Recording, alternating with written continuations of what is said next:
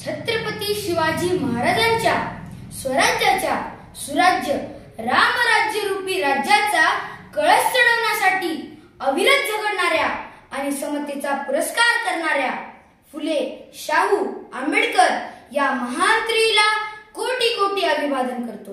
नमस्कार, मी श्रेयस अर्जुन शिंदे। मंचावर उपस्थित सर्व मान्यवर आणि माझ्या मित्रांनो, आज भारताचे महान संविधान या विषयावर विचार व्यक्त करणार आहे।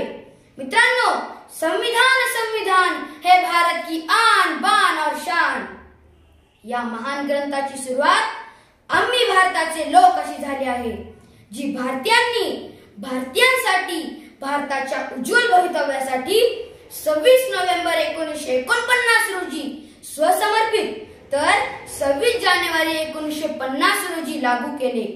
मित्रांनो, संविधानाने दिलेल्या मूल्यांवर आज हा विशाल विविधतापूर्ण खंडप्राय देश विश्वगुरु बनून जगाचे नेतृत्व करण्यास समर्थ बनला आहे।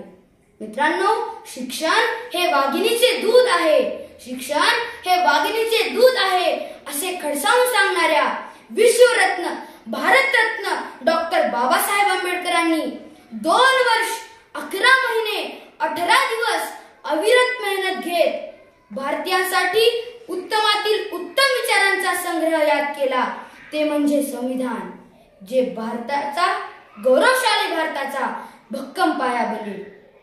मित्रांनो, राष्ट्रपिता महात्मा गांधींची अवहेलना करणारा विन्स्टन चर्चिल म्हणाला होता की स्वातंत्र्यानंतर भारत टिकणार नाही, वाढणार नाही। अरे सांगा त्या चर्चिलला, आम्ही भारताचे लोक रुजलो, वाढलो, टिकलो, एवढेच नाही तर तुझ्या देशावरही राज्य केले आणि आज विश्वपटलावर महासत्ता बनून जगाचे सारथ्य करत आहोत। मित्रांनो, हे केवळ संविधानामुळे घडले, संविधानामुळे घडले।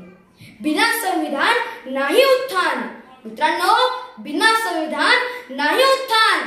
भारतासारख्या देशात विविधतेत एकता आणि एकतेत अखंडता निर्माण करण्यास संविधान महत्त्वपूर्ण ठरते।